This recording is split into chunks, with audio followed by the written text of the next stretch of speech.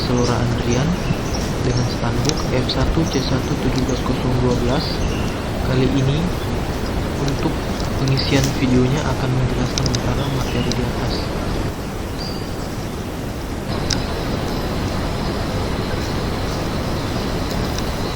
Sebagai pendahuluan, titrimetri atau biasa dikenal sebagai titrasi adalah suatu metode analisis kimia kuantitatif yang umum digunakan untuk menentukan konsentrasi dari suatu analit yang telah diketahui, di mana dalam mereaksikan suatu zat yang dianalisis dengan larutan baku atau biasa kita sebut dengan larutan standar yang telah diketahui konsentrasinya secara teliti, dan reaksi antara zat yang dianalisis dan larutan standar. Untuk proses titrasi dapat dilihat pada gambar di sini, di mana pada gambar tersebut terlihat ada gambar buret, stopcock, Erlenmeyer, serta larutan asam yang di dalamnya. Sehingga reaksi dasar antara komponen analit dengan titran dinyatakan dengan persamaan umum sebagai berikut, di mana ketika analit dan titran direaksikan akan menghasilkan suatu hasil reaksi.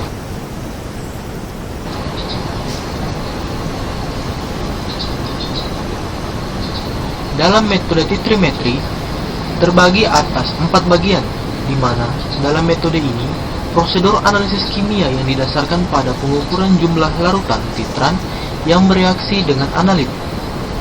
Larutan titran atau larutan yang digunakan untuk mentitrasi biasanya digunakan suatu larutan standar. Kemudian, larutan standar adalah larutan yang telah diketahui konsentrasinya. Titrasi dilakukan dengan menambahkan sedikit demi sedikit titran ke dalam analit.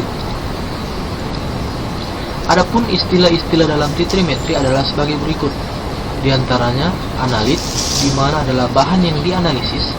Kemudian larutan baku ialah bahan atau larutan yang diketahui konsentrasinya dalam jumlah mol yang diteliti. Titran merupakan larutan yang ditambahkan dari buret, sedangkan titrat merupakan larutan yang ditambahkan dengan titran.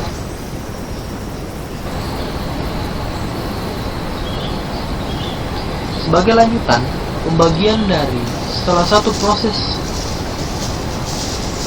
di atas adalah terbagi atas beberapa bagian. Yang pertama adalah klem, level volume titran, buret, stopcock, larutan analit, Erlenmeyer, pengaruh klem, di mana produk sejumlah A molekul analit A ketika bereaksi dengan T molekul regrenesia T atau titran, maka penambahan titran dilakukan sedikit demi sedikit melalui buret. Untuk itu, mencapai titik ekuivalen di mana jumlah titran ditambahkan ekuivalen dengan jumlah analit secara stoikiometrik.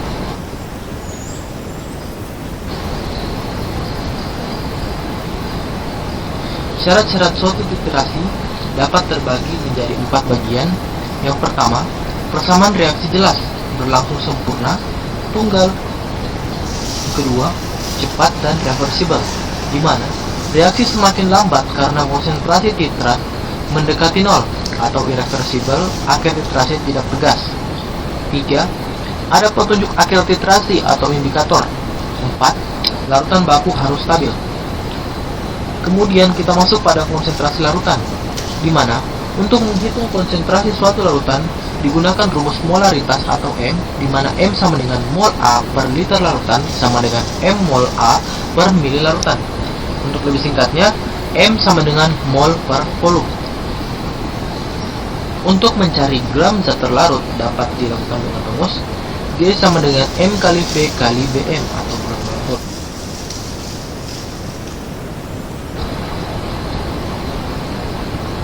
Pengenceran.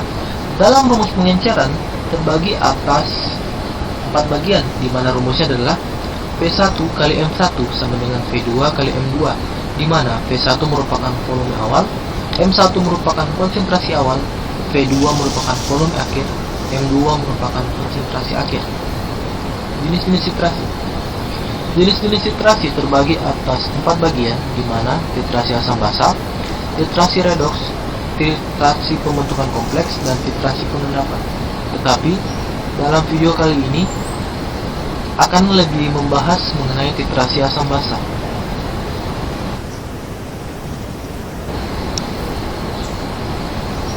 Titrasi asam basa. Titran merupakan asam atau basa kuat, di mana dalam titrasi asam basa terbagi menjadi 4 bagian lagi, di mana titrasi asam kuat dengan basa kuat, titrasi basa kuat dan asam kuat, titrasi asam lemah dan basa kuat, titrasi basa lemah dan asam kuat. Sehingga indikator atau zat yang ditambahkan ke dalam larutan analit untuk mengetahui titik akhir titrasi. Indikator asam basa. Dalam pengukuran suatu indikator asam basa dilakukannya beberapa pengukuran, di mana indikator yang pertama itu asam pikrat, di mana perubahan warna dengan naiknya pH tak berwarna ke kuning dalam jangka pH 0,1 sampai 0,8. Begitu banyak indikator dalam asam basa. Kalian dapat melihat pada tabel berikut sampai ke jangka pH 12,0 sampai 14,0.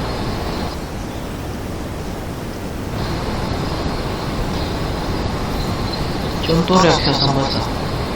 Contoh reaksi asam basa dapat direaksikan diantaranya ketika Ha ditambah OH- dapat menghasilkan amin tambah H2O.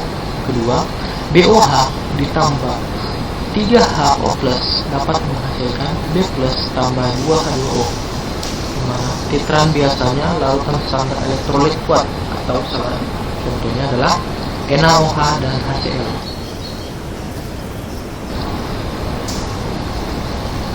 Larutan standar. Larutan standar sendiri terbagi atas 2 bagian. Yang pertama, larutan standar primer, di mana larutan titran haruslah diketahui komposisi dan konsentrasinya atau NaCl. Sedangkan standar sekunder merupakan larutan standar sekunder, larutan yang konsentrasinya diperoleh dengan cara mentitrasi dengan larutan standar primer. Salah satu contohnya adalah NaOH. Syarat-syarat suatu larutan standar perlu diketahui, di mana yang pertama, kemungkinannya tinggi. Kedua, stabil terhadap udara. 3, bukan kelompok hidrat. 4, tersedia dengan mudah. 5, cukup mudah larut. 6, berat molekul cukup besar.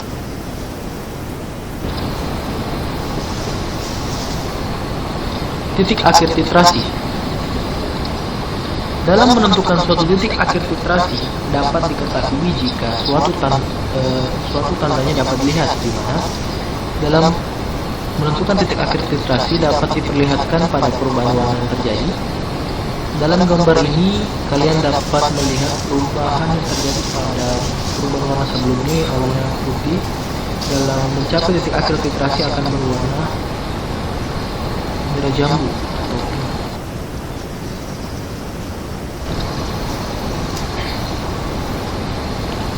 Di sini kita akan membahas mengenai contoh soal. Hitunglah berapa gram Na2CO3 murni jika diperlukan untuk membuat 200 ml larutan 0,150 ml, di mana natrium karbonat itu dititrasi dengan HCl menurut persamaan CO32- ditambah 2H+ dapat menghasilkan H2CO3. Mungkin jawabannya dapat dilihat, di mana tiap Na2CO3 jika bereaksi dengan 2H+, maka berat ekuivalennya setengah berat molekulnya. 106/2 sama dengan 53 gram berat ekuivalen. Jadi banyaknya Na2CO3 yang diperlukan dapat dihitung melalui rumus EK sama dengan gram per berat ekuivalen, sehingga gram sama dengan 0,5 ekuivalen per larutan kali 0,25 liter kali 53 gram ekuivalen sama dengan 1,99 gram. Untuk mengetahui persen berat sendiri dapat dilakukan dengan rumus persen sama dengan gram zat terlarut per gram zat terlarut kali gram pelarut kali 100.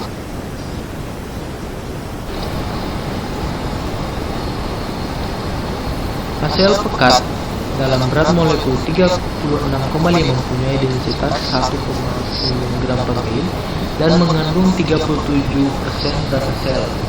Kemudian, berapa mili asam pekat ini harus diambil dan diencerkan menjadi 1 liter untuk membuat larutan 0,100 molar.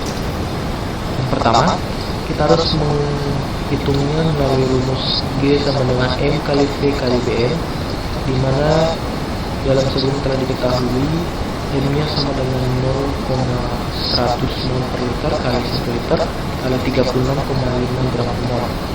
Dapat dihasilkan 3,5 gram dalam 1 mili HCl pekat. Dapat didapatkan 0,4 gram per mili. Berapa mol HCl pekat dapat dihitung pada rumus M sama dengan mol per liter gram Bm kali V, hingga dapat didapatkan sebanyak 12,055. Dari kedua pengerjaan di atas dapat disatukan pada mili untuk menghitung milinya. 3,65 gram per 0,44 gram per mili sama dengan 83 mili. Pada bagian D-nya, untuk dapat volume V1 nya M2 kali V2 per M1 sama dengan 0,1 kali 1 per 12,055 menghasilkan 8,3 mili.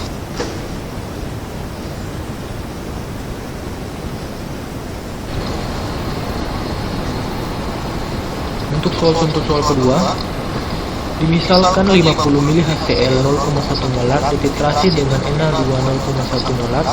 Dalam persamaan reaksi HCl ditambah Na menghasilkan NaCl tambah H2O atau H plus tambah OH min sama dengan H2O.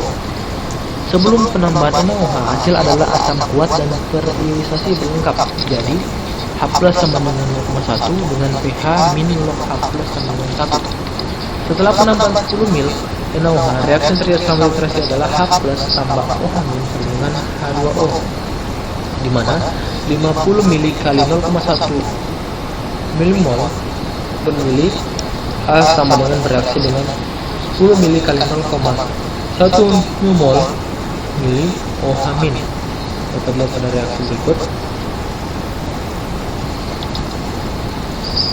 sehingga dapat dilihat pada keseimbangan terdapat 4,00 milimol H sama dengan 60 mili larutan. Jadi H plus sama dengan 4,0 milimol per 60 mili sama dengan 6,67 kali 10 kali 2 milimol per mili. Mana pH yang didapatkan yakni 1,18 atau 2 kurang log 6,67 sama.